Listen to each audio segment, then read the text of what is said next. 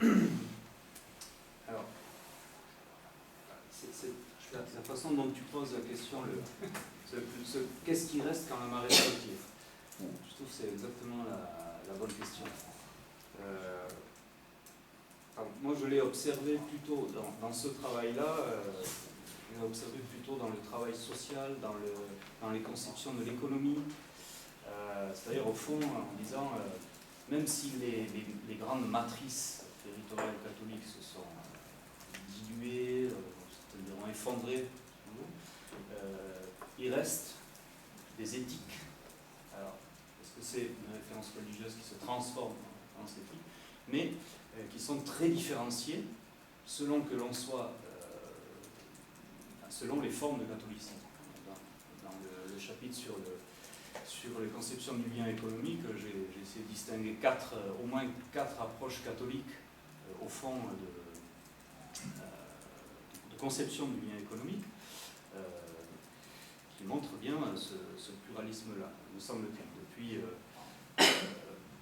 les approches pour le qualifier disons, un peu néolibérales sur le plan économique, mais qui ont un discours de moralisation du capitalisme, moralisation du capitalisme, type Opus Dei ou une Comunione e Liberazione, les cas que j'ai étudiés,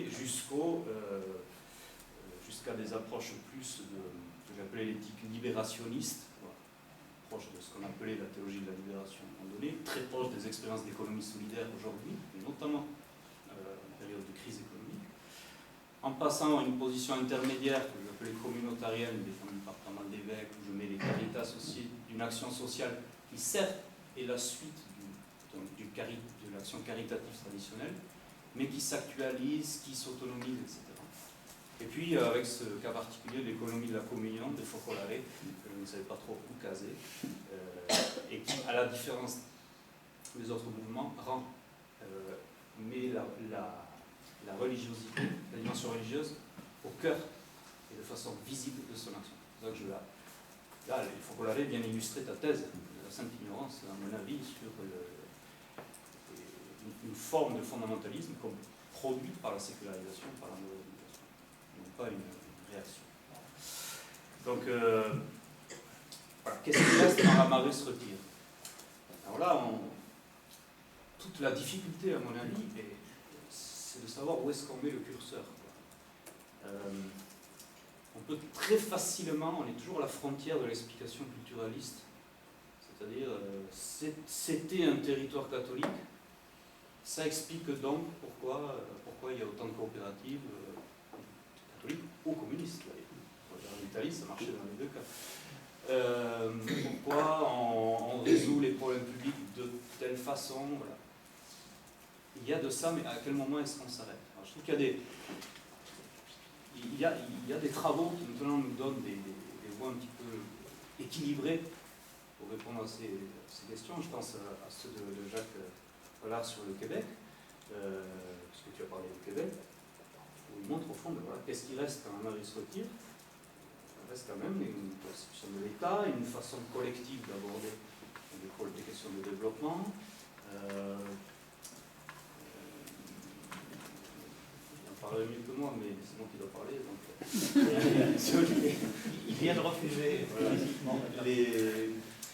les notions d'assises territoriales où on s'est réunis tous ensemble sur le du synode pour essayer de construire les problèmes du territoire, les problèmes publics, etc. Puis les valeurs de solidarité. Donc, alors, dans l'explication, voilà, où est-ce qu'on s'arrête sans tomber dans le culturalisme.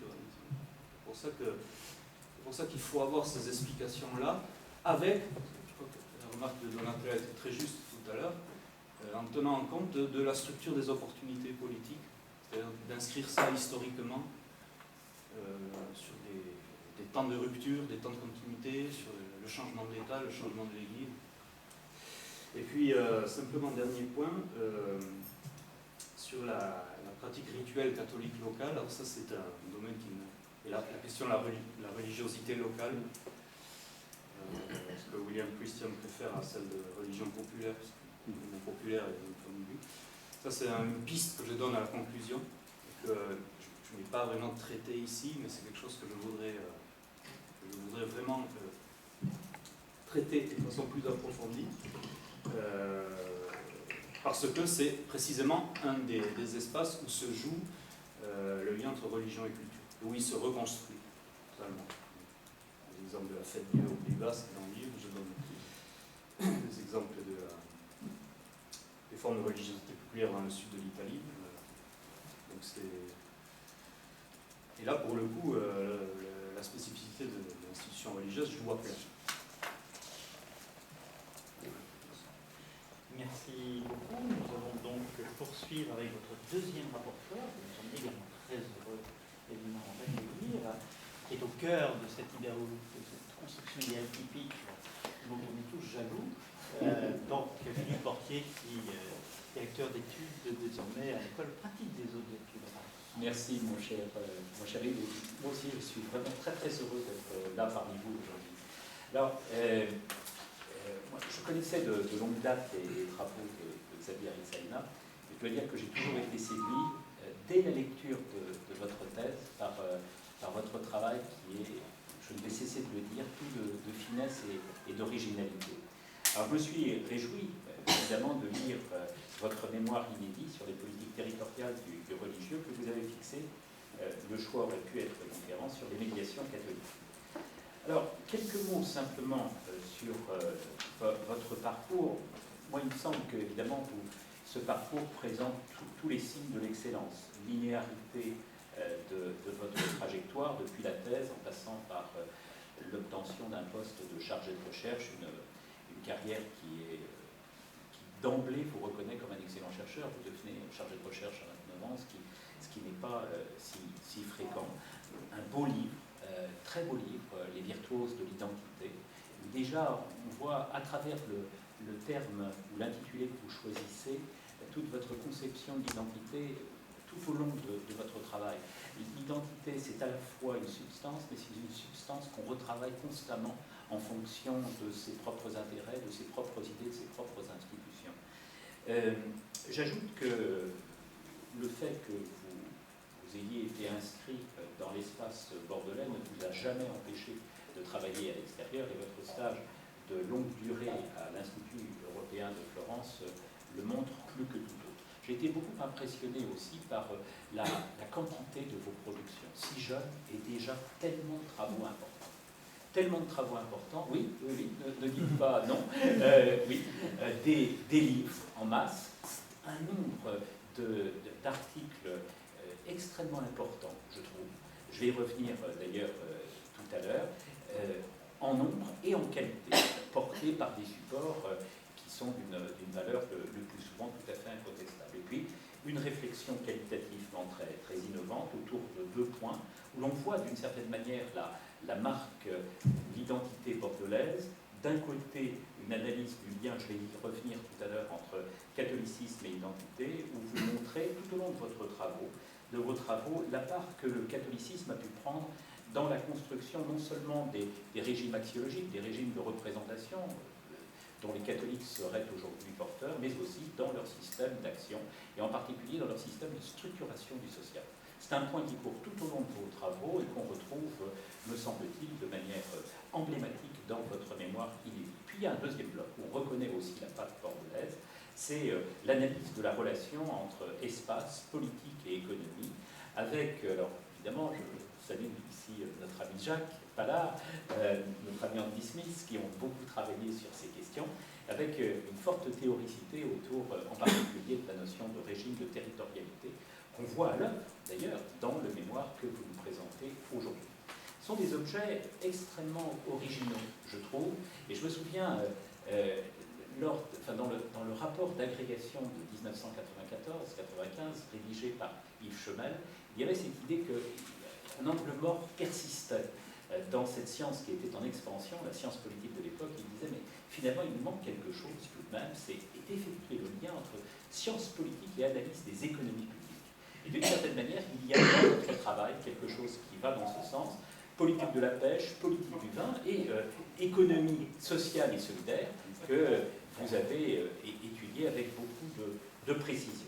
Et puis, évidemment, le catholicisme, il y a, depuis l'épisode du mariage pour tous, un véritable engouement sur l'analyse du catholicisme, envisagé essentiellement à partir de la théorie, de la sociologie des mobilisations.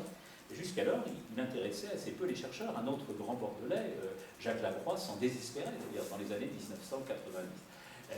Il se trouve que, avec d'autres bordelais encore, vous avez été un irréductible gaulois sur cette question et que vous avez, avec une véritable originalité de perspective, creusé ce terrain qui était malheureusement trop souvent inexploré. Alors, ce terrain, vous l'explorez dans vos travaux, et je trouve que c'est une des originalités de vos analyses, à partir d'une multiplicité de terrains. Moi, j'avais été tout à fait frappé quand j'avais lu votre thèse, il y a maintenant une dizaine d'années, par le fait que vous étiez capable de travailler à la fois sur le territoire français et sur le territoire espagnol. Et là, vous avez étendu vos perspectives, puisque maintenant, vous travaillez de surcroît sur l'Italie. Et puis, un objet tout à fait original. Alors, si on essaye de repérer, si vous voulez, les angles d'attaque à partir desquels le catholicisme a été perçu. On a eu une première phase de travaux, Le Braz, Boulard, Terre Noire, l'analyse des pratiques. Un deuxième moment aussi très, très important, autour de Guy Michelat, sur l'analyse des influences électorales du catholicisme. L'analyse des configurations axiologiques, Jean-Marie Donegani, la liberté de choisir. L'analyse des systèmes d'organisation, Jacques Pallard, Yves, qui est à ma droite, ayant travaillé lui-même dans son livre Autour des voix de Dieu sur la question des influences électorales et des mobilisations politiques du clergé. Alors, vous apportez, d'une certaine manière, un autre étage à l'édifice des constructions de sociologie ou d'analyse du catholicisme.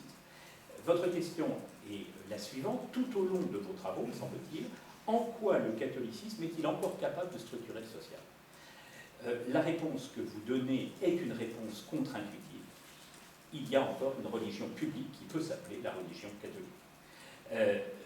À partir d'un certain nombre de répertoires d'action, vous aviez commencé à travailler sur deux répertoires d'action essentiels, le répertoire entrepreneurial, déjà l'analyse des coopératives, et puis le répertoire, moi je me souviens d'avoir lu un article vraiment très intéressant, je crois que c'était un ouvrage rédigé par François Forêt, sur le répertoire de l'hospitalité, ce qui advenait au fond du catholicisme et de sa relation avec l'État autonomique naissant de Catalogne dans le traitement du problème des migrants. Et déjà, vous mettiez en évidence toute une reconfiguration du lien entre religion et politique, en estimant qu'à la fois le politique servait le religieux, mais que le religieux aussi permettait la recharge du politique, dans le cadre de ces politiques d'accueil des migrants. Nous nous situions là dans les années 1990, début des années 2000. Alors, d'une certaine manière, dans la culture du pluriel, Michel de Certeau avait ce mot, le catholicisme, on évoquait tout à l'heure la folklorisation, c'est un mot qu'il utilise, il a la beauté du mort. Et vous ne montrez pas que le catholicisme a la beauté du mort, il a au contraire la beauté d'un vivant, mais d'une vie qui se serait reconfigurée à la faveur de ces années de sécularisation qui l'ont pourtant marqué. C'est un point sur lequel je reviendrai tout à l'heure. Alors si je passe maintenant de cette trop rapide description de votre dossier global à ce que vous nous dites dans le cadre de votre mémoire inédite. Moi, j'ai eu l'impression, en connaissant déjà toute une partie de vos travaux antécédents, que votre mémoire inédite traduit un véritable élargissement. Élargissement des perspectives théoriques. J'ai beaucoup apprécié, je dois dire, l'introduction que vous avez travaillée avec Andy Smith, d'après ce que vous disiez tout à l'heure, où l'on a une mise en forme méthodologique, épistémologique tout à fait inédite, qui permet d'articuler à la fois l'idée que, horizontalement, l'Église catholique est susceptible de susciter des mobilisations, mais qu'en même temps, ces mobilisations sont elles-mêmes configurées par une institutionnalité antécédente. Et une institutionnalité que vous analysez à partir de différents angles de perception, institutionnalité de type historique, institutionnalité de type doctrinal. Et je trouve qu'il y a là, en effet, quelque chose d'extrêmement riche qui permet, en effet, d'articuler le diachronique et le synchronique dans l'analyse d'une institution que très souvent on ne perçoit pas à partir de cette grille d'analyse. Deuxièmement, élargissement des terrains d'investigation. Je n'insiste pas sur ce point. Je le disais tout à l'heure, vous avez commencé par la France, extension vers l'Espagne et maintenant l'Italie. C'est donc tout le territoire des pays européens de tradition catholique majoritaire que vous êtes maintenant capable d'embrasser à partir, et c'est le troisième point qui traduit un élargissement de perspective dans ce mémoire inédit, à partir de répertoires que vous avez diversifiés. Vous aviez au départ travaillé à partir du répertoire de l'hospitalité, à partir du répertoire de l'entrepreneuriat, et on voit que vous avez ajouté 2 chapitres à cela. Le répertoire de la médiation, comment les catholiques peuvent-ils participer à l'œuvre de paix. Alors on discutait avec Olivier Roy hier de la communauté Sant'Egidio, on voit bien qu'il y a des démembrements médiateurs extrêmement diversifiés, et que ça n'est pas simplement à partir d'une organisation internationale que les choses se développent, mais à partir aussi de démembrements très locaux qui permettent à un moment donné de recréer le lien entre des populations qui se déchirent. Et puis, à côté de ce répertoire de la médiation, de la pacification, de la réconciliation, le répertoire de la subsidiarité, qui analyse en effet la part que les catholiques peuvent prendre dans, au fond, l'aide, le secours aux démunis. Alors, un secours éternel, on voit bien qu'il y a toute une dimension très pratique de la caritas dès les débuts du christianisme, mais dont vous suivez, pour la période la plus récente, les reconfigurations à partir, en particulier, d'un investissement dans le registre de l'expertise que l'État reçoit, surtout en période de crise économique, avec beaucoup de faveur. Il me semble que votre mémoire, et je vais venir ensuite évidemment aux questions qu'il suscite en moi, nous permet d'apporter 3 éléments nouveaux à notre théorie ou à notre analyse du catholicisme sociopolitique. Premier élément, vous démontrez très bien que le catholicisme n'est pas mort, mais qu'il est capable encore de produire des investissements massifs. Alors on évoquait tout à l'heure le Québec. Le Québec, il est marqué aujourd'hui, du point de vue théorique, par tout un discours qui nous vient d'une analyse de la Révolution tranquille, suivant lequel le catholicisme serait simplement un catholicisme culturel. Je traduis, dans leur langage, ça veut dire catholicisme patrimonial. Il resterait des traces folkloriques, des rémanences, quelque chose d'une mémoire, mais qui n'aurait plus d'efficace sur l'organisation sociale telle qu'elle va. Et tout votre discours est de nous dire que finalement, les choses sont très différentes. Même dans des pays qu'on juge aussi sécularisés, quand on voit en particulier les enquêtes sur les valeurs, qu'on juge aussi sécularisés que la société française. C'est un point sur lequel vous attirez très clairement notre attention. Le catholicisme intervient sur 2 niveaux du social. Il est producteur de liens par le biais de susciter des interactions entre des populations qui ne se parlent pas ou ne se parlent plus, mais il n'est pas simplement producteur de liens. Ce serait d'une certaine manière une vision trop rapide que de le réduire à cela seulement. Il est aussi producteur de substance. Et vous montrez que dans maints espaces sociaux, le catholicisme est non seulement capable de produire de l'interaction, mais aussi de construire, à partir d'une culture spécifique sur laquelle je vais revenir tout à l'heure, des modes de régulation, des modes de coexistence qui échappent finalement au consumérisme dominant de la société libérale. C'est dire que le catholicisme n'a pas la beauté du mort, mais qu'il a au contraire une sorte de grandeur du vivant. Au fond, on aurait pu, vous ne le citez pas dans votre texte, faire référence à un ouvrage de deux géographes, Paulette Muller et Jean-René Bertrand, qui ont opposé, pour ce qui concerne la société française, d'un côté le catholicisme d'action et de l'autre le catholicisme d'expérience. Et ce que disaient ces 2 géographes, à partir d'une analyse extrêmement approfondie de ce qui se passe dans les diocèses, c'est que le catholicisme d'expérience a subi une crise. C'est-à-dire que tous les indicateurs marqués par Gabriel Lebras, même le fait d'aller à l'église quand la cloche sonne pour soi, tout cela est en train, d'une certaine manière, de s'effacer. Et que ce catholicisme d'expérience, qu'on pourrait appeler le catholicisme d'affiliation, le catholicisme de pratique, est aujourd'hui manifestement en crise. Mais ce qu'on oublie de dire, et ce que démontre très bien et votre travail et l'analyse de Bertrand Muller, c'est précisément que ce catholicisme d'expérience se trouve remplacé aujourd'hui par un catholicisme d'action. Comme si précisément on investissait le champ social à partir d'une autre configuration de la catholicité. Alors il faudrait analyser cette configuration-là. Est-ce qu'on n'a pas affaire, ce seraient les 2 thèses qu'on pourrait énoncer, à une sorte de métaphorisation du catholicisme, une sécularisation interne. Ça pourrait être une première thèse en disant, mais vous voyez, les catholiques, finalement, ils sont si peu croyants qu'ils ne vont plus à l'église. Et que c'est uniquement à partir d'un investissement intramondain qu'ils se rallient à leur mémoire croyante. Et on pourrait tout à fait défendre une autre thèse en disant, mais tout au contraire, c'est la culture du don, là, qui s'exprime autrement que par une ritualité passive. Il me semble que votre travail nous amène à pencher du côté de la deuxième hypothèse. Deuxième apport de votre travail, sur lequel je n'insisterai pas, le fait que le catholicisme n'est pas d'un bloc. Alors on le savait bien sûr au XIXe siècle, il y avait d'un côté les catholiques libéraux, souvent maquinés de gallicanisme, et puis de l'autre, les catholiques ultramontains, intransigeants, révulsés par les progrès de la modernité et le désir, et portés par le désir de retrouver une société de type organiciste, holiste. Cela existait au XIXe siècle, mais les catholiques libéraux avaient finalement, surtout à la fin du XIXe siècle, très peu d'importance.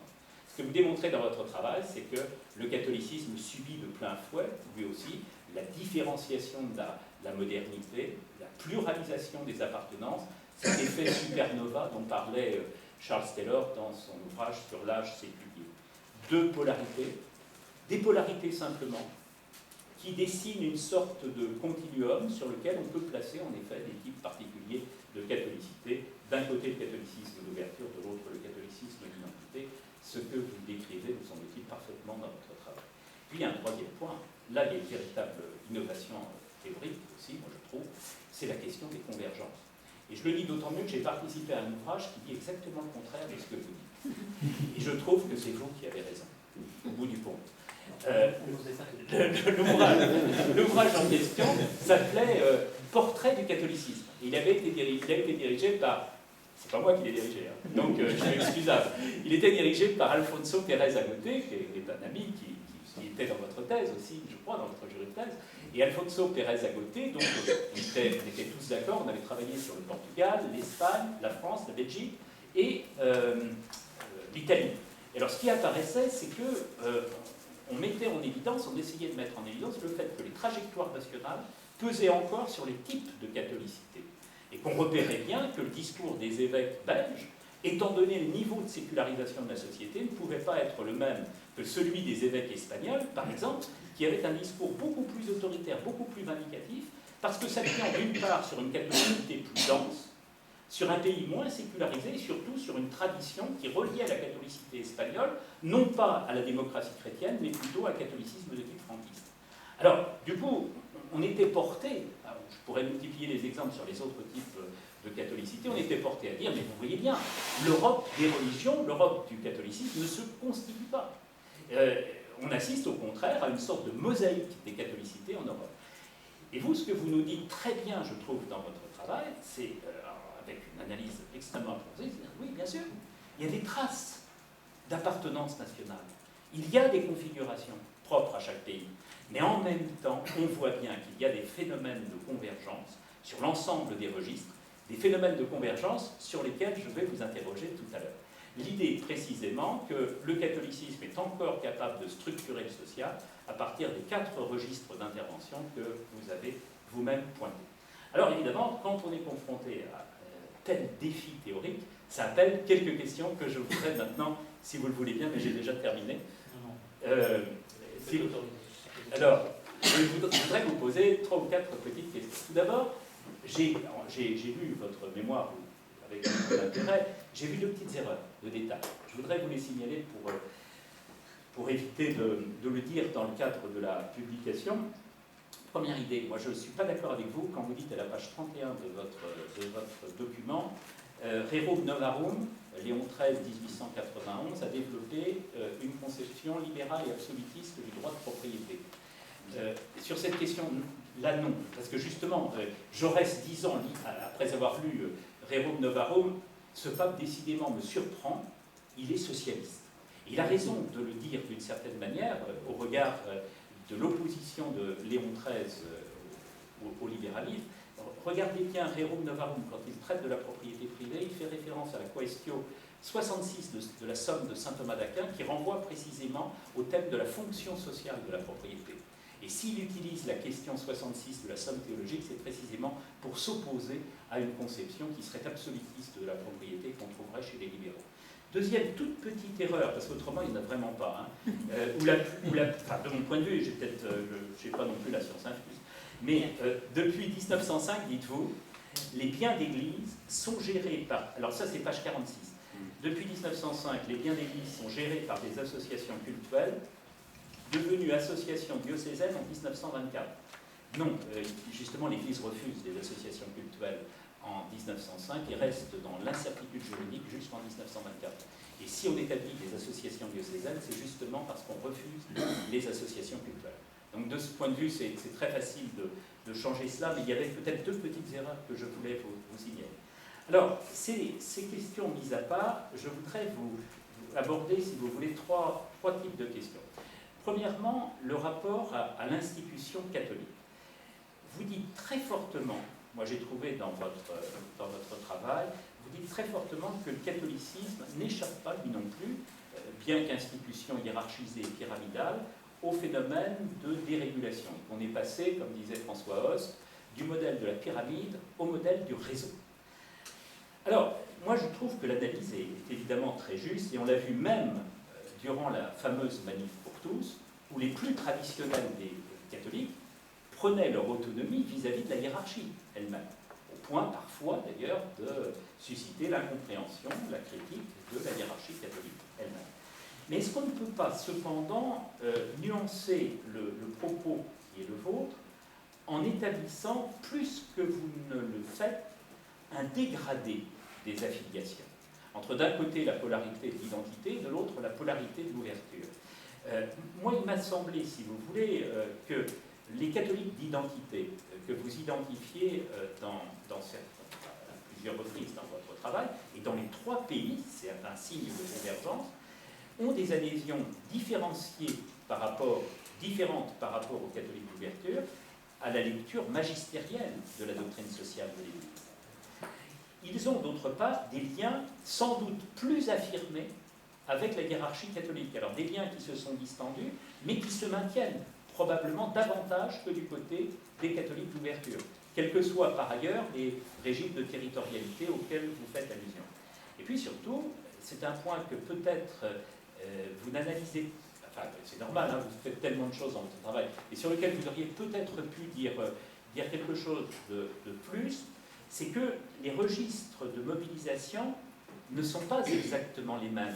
C'est-à-dire qu'on peut trouver en effet chez les catholiques d'identité des registres de mobilisation comme ceux que vous dites, l'hospitalité, la solidarité, la médiation, l'économie sociale et solidaire. Et il y a un point qui les différencie, c'est la mobilisation sur les enjeux culturels, sur la question de l'éducation et sur la question du rapport à l'intime, le genre, la bioéthique. Et là, on voit bien, si vous voulez, que vous avez des appréciations de la mobilisation qui les placent bien davantage du côté de la hiérarchie que la position occupée par les catholiques d'ouverture. Il y a un point sur lequel je voudrais attirer votre attention parce qu'on a vu l'évolution récente. À un moment de votre mémoire, vous dites il faut faire une distinction très lourde entre les catholiques d'identité, qui restent catholiques, et le catholicisme identitaire, tel qu'il peut être porté par certaines fractions du Front National. Vous ne citez pas le Front National, mais vous citez la Lega Nord. Alors, moi, il me semble qu'au cours de ces dernières années, il s'est développé au sein du catholicisme ce qu'on pourrait appeler, si vous voulez, une valence maurassienne. Et où on voit des catholiques d'identité faire disparaître la frontière qui les opposait hier encore au Front National dans ses fractions les plus dures. Et de sorte que ce catholicisme d'identité qui, encore dans les années 1990, début des années 2000, est un catholicisme qui se structure autour d'une fidélité à la doctrine sociale de l'Église, en ce qu'elle peut avoir ouvert vis-à-vis de l'étranger, est en train aujourd'hui, dans certaines de ses fractions, de connaître une sorte de rétraction qui l'amène sur le plan idéologique à s'ouvrir à une conception exclusiviste de la nation, et sur le plan politique à s'ouvrir à un compagnonnage, parfois davantage, avec les partis qui sont probablement les plus à droite des échiquiers politiques que vous analysez. Voilà pour ma première question. Ma deuxième question portera sur le rapport à la culture catholique. Alors, il y a dans votre travail, je trouve, quelque chose de tout à fait intéressant. Philippe Brault parlait de l'empreinte catholique dans un petit ouvrage très bien fait, d'ailleurs, qui s'appelle « Français, êtes-vous catholique ?» Pierre Manant, il y a 3 ou 4 jours, dans son ouvrage « Situation de la France », parlait de la marque chrétienne de notre espace national, où là, l'idée de christianitude. L'idée précisément qu'il demeure quelque chose d'une mémoire catholique, probablement d'une mémoire vive, si on vous suit, dans le cadre de nos sociétés d'Europe du Sud. Alors, je pense que vous avez tout à fait à cela, vous le dites constamment dans votre travail, qui vous permet de remettre en cause 2 types de paradigmes très influents en sociologie des religions. D'un côté, le paradigme de la sécularisation, et puis de l'autre, le paradigme beaucoup plus exigeant encore, qui est le paradigme de l'exculturation, comme si nous ne serions plus, nous qui avons vécu 2000 ans de christianisme, nous ne serions plus chrétiens. Alors vous dites le contraire, et je suis sûr, d'une certaine manière, que vous avez raison. Yves, qui a travaillé avec Pierre Birnbaum il y a encore très peu de temps, confirmera cette pensée. Pierre Birnbaum me disait il y a quelque temps, mais vous savez, cette histoire d'exculturation, on ne supprime pas 2000 ans de structuration chrétienne en l'espace de 50 ans. Et c'est ce que vous dites, d'une certaine manière, dans votre travail. Mais en même temps, j'aurais aimé, je pense, vous interroger davantage sur les reliquats concrets de cette mémoire vive. Qu'est-ce qu'il en reste ? À un moment donné, dans votre travail, vous avez dit tout à l'heure l'intransigeance. Mais là, j'aimerais vous interroger. Après tout, moi aussi, je suis intransigeant, même si je ne suis pas catholique, par exemple. Je peux être intransigeant en disant que je considère qu'un certain nombre de lois, celles, par exemple, qui viendraient discriminer les Noirs par rapport aux Blancs, me sembleraient illégitimes par rapport à mon propre système de valeurs. Et donc, je ne crois pas que ce soit le propre du catholicisme. Ce qui pourrait être le propre du catholicisme, c'est ce que vous signalez à un moment de votre mémoire quand vous dites ce qui fait le propre du catholicisme, c'est dans un monde livré à la culture de l'intérêt, la culture de la donation de soi, le don, la dette. Mais là, j'ai un problème. Car si on entre dans les entreprises de l'économie sociale et solidaire, on pourrait dire, vu de l'extérieur, dans leur texte, il y a manifestement là une culture du don et de la gratuité que ne vivent pas de la même manière des entreprises comme Total, des entreprises comme Shell, des entreprises comme telle ou telle banque qui recherche le profit. Et en même temps, je me suis posé le problème de savoir, en ayant lu, pas plus tard qu'il y a 3 ou 4 jours, une analyse des structurations morales propres aux EHPAD, vous savez, ces établissements qui s'occupent des personnes âgées dépendantes, et où la personne qui avait travaillé sur la question nous disait, d'un côté, il y a les EHPAD, les établissements d'assistance aux personnes âgées congréganistes, et puis de l'autre, celles qui relèvent du secteur libéral. Et quand on analyse les discours, on voit bien qu'ils ne sont pas dans le même type de culture. Et les congréganistes, la société vincentienne, par exemple Saint-Vincent-de-Paul, ne cesse de dire « nous, c'est la culture du don ». Et quand on entre, à partir d'une analyse de terrain comme celle que vous faites, dans ces entreprises qui pourraient relever du modèle entrepreneurial que vous disiez tout à l'heure, on s'aperçoit qu'en définitive, même les entreprises congréganistes sont aux prises avec 2 éléments qui les vident de leur substance catholique. D'un côté, la sécularisation des personnels, et puis de l'autre, surtout, la managérialisation de ces entreprises qui n'échappent pas, elles non plus, à ce qui pourrait apparaître comme le dais sacré de nos sociétés, le dais, en effet, d'une culture de la marchandise à laquelle n'échapperait pas, au fond, la culture du don. Et puis enfin, ce sera ma dernière remarque à propos du rapport aux configurations nationales.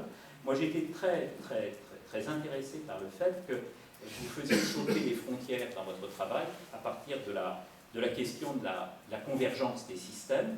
Certains, en effet, ont évoqué la convergence par le haut, à partir d'un rapprochement des systèmes de laïcité, et vous dites qu'il y a aussi une convergence par le bas, à partir des systèmes de structuration sociale. On voit bien que les catholiques fonctionnent en gros de la même manière en Espagne, en France et en Italie. Et alors, évidemment, tout cela m'a amené à à réfléchir sur un point où je me demande si vous n'avez pas une vision peut-être trop limitée du changement dans lequel nous sommes aujourd'hui. Vous dites à un moment donné, de manière très conjoncturelle, il y a une crise économique, donc on fait appel aux catholiques. Et moi, je me demande si je n'irai pas plus loin, en me posant la question suivante, est-ce que, ça va au-delà d'une crise conjoncturelle, est-ce que nous ne sommes pas passés au fond dans un autre moment de la modernité, ce que Jean-Marc Ferry appelle la modernité seconde, où nous ne vivrions plus suivant le modèle de la séparation absolue du politique et du religieux, sur le modèle en effet de la sécularisation absolue des institutions, mais où, dans un monde marqué par la crise de l'historicité futuriste, l'idée de progrès qui nous amènerait par une sorte de convergence de la morale, de la politique et de l'économie vers un moment de réconciliation absolue, est-ce que nous ne serions pas précisément dans une modernité seconde qui nous amènerait à reconfigurer la relation entre le politique et le religieux et à faire du religieux une ressource dans un monde d'incertitude?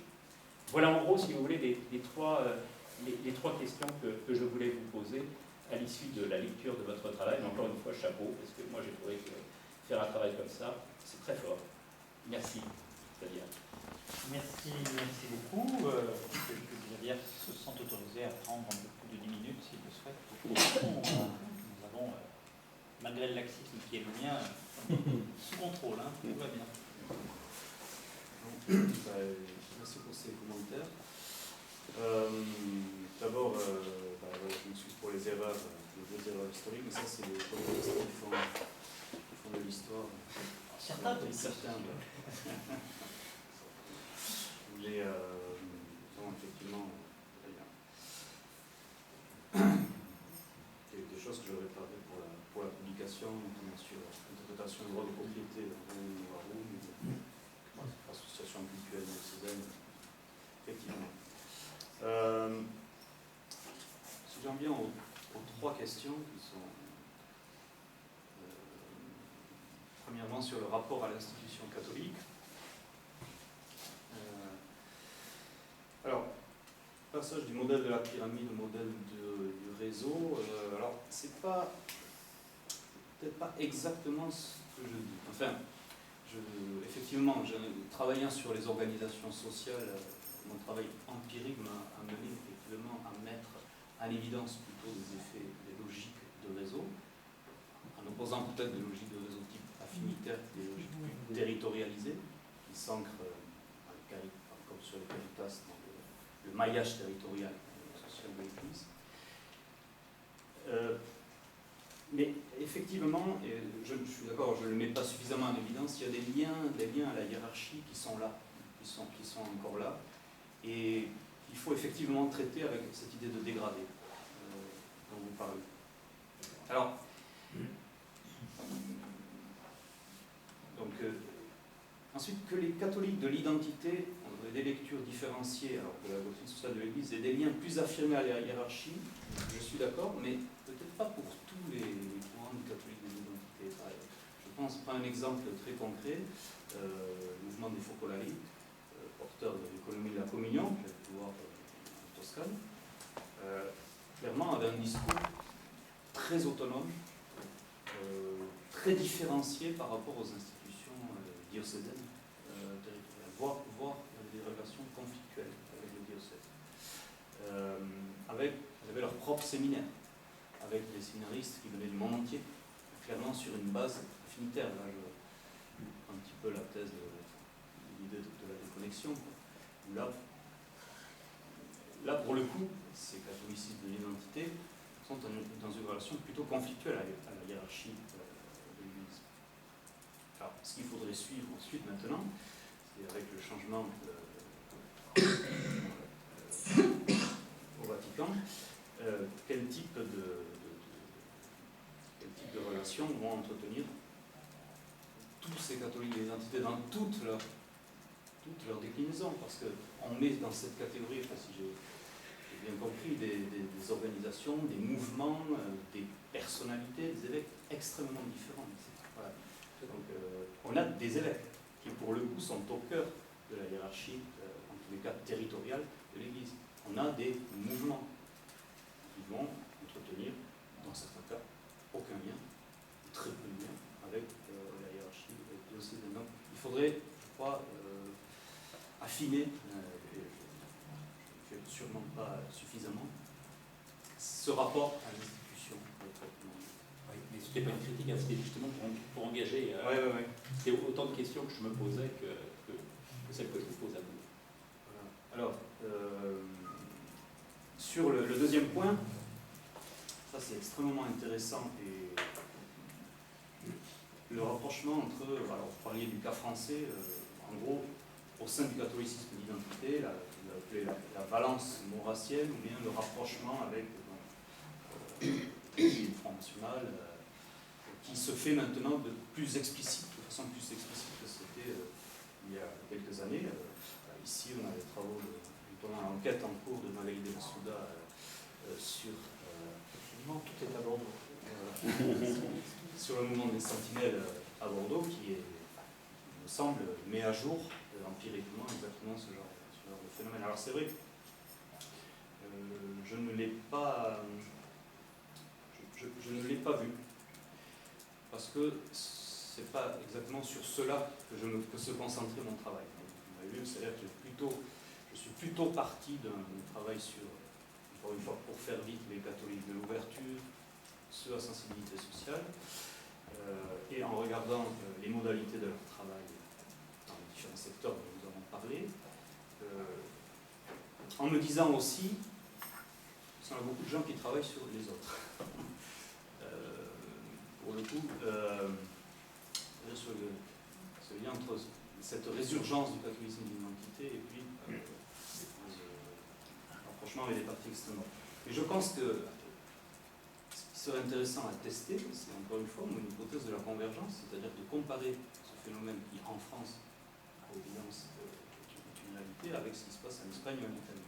Je pense qu'il y aurait beaucoup de choses à voir, à creuser en tout cas, sur le lien entre certains secteurs du Parti populaire en Espagne et certains secteurs du catholicisme d'identité. Vous connaissez. En Italie, il y a quand même des travaux sur la Ligue du Nord depuis pas mal d'années qui montrent aussi ces connexions avec certains secteurs du catholicisme, même si en règle générale quand même sur les questions migratoires, par exemple, c'est plutôt une opposition dans le discours des évêques, mais il y aura toujours tel et tel évêque qui est plus proche de la sensibilité de la Ligue du Nord. Donc là aussi, on a un comparatisme, je crois, à systématiser. Voilà, à cette échelle. Et effectivement, je fais ce travail.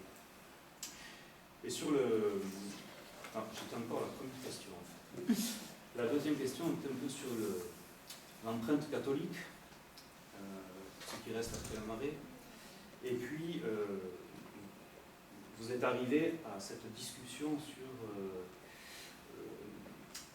ces entreprises d'économie sociale, d'économie solidaire, qui, certes, sont basées sur la logique du don, et qui sont confrontées à une sécularisation du personnel. Ça, je l'ai vu dans mes enquêtes, tel entretien à la Caritas, à Forlì ou à Brescia, on me disait, on a des salariés qui ne sont pas forcés d'être croyants, mais qui font bien le travail, qui sont de bons professionnels du social, donc, et dont on a besoin dans cette situation de déliquescence des politiques sociales, etc.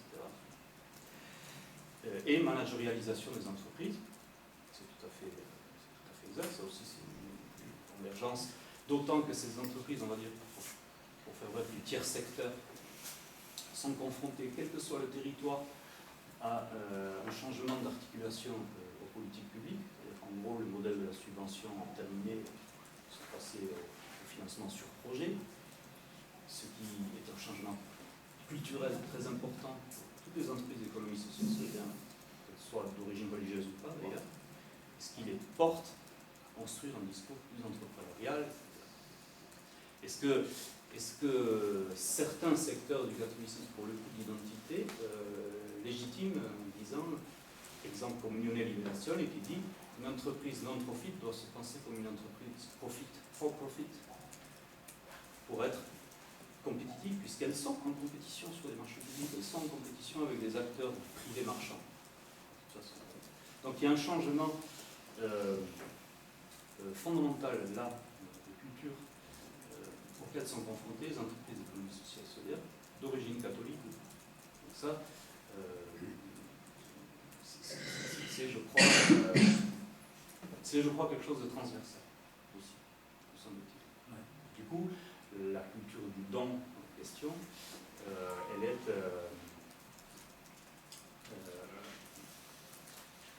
elle est remise en question en ce sens-là. Il y avait une autre question dans votre question, c'était sur qu'est-ce qui est propre au catholicisme là-dedans, dans cette culture du don, dans l'intransigeantisme. Qu'est-ce qui fait? C'est un questionnement identitaire, mais pour le coup au sens d'identité organisationnelle, que se posent les organisations. Quand j'interviewe la Caritas de Brescia, il me dit on n'est pas une ONG comme les autres. Pourquoi? Alors oui, on donne, mais on fait aussi du relationnel. Notre dimension chrétienne vient du partage que nous faisons. Alors, on peut dire que ce n'est pas forcément des éléments spécifiques à la culture chrétienne. Donc, ça, c'est quelque chose que j'ai pu saisir dans tous les territoires, c'est-à-dire un questionnement sur qu'est-ce qui reste de spécifique dans notre façon, en l'occurrence, d'agir, de concevoir son travail social. Là, je n'ai pas de réponse. Quelque chose à creuser en tous les cas. La personne qui faisait les analyses là, sur les EHPAD, elle se posait la même question. Il y avait en effet une insistance sur la dénomination identitaire. Nous sommes catholiques. Chrétiens, c'était souvent là. Et en même temps, vous voyez bien qu'on avait beaucoup de mal à définir ce qu'il fallait mettre derrière en termes non seulement de valeur, mais de système pratique. Et ça, c'est un beau challenge aussi à analyser. Ouais. Oui.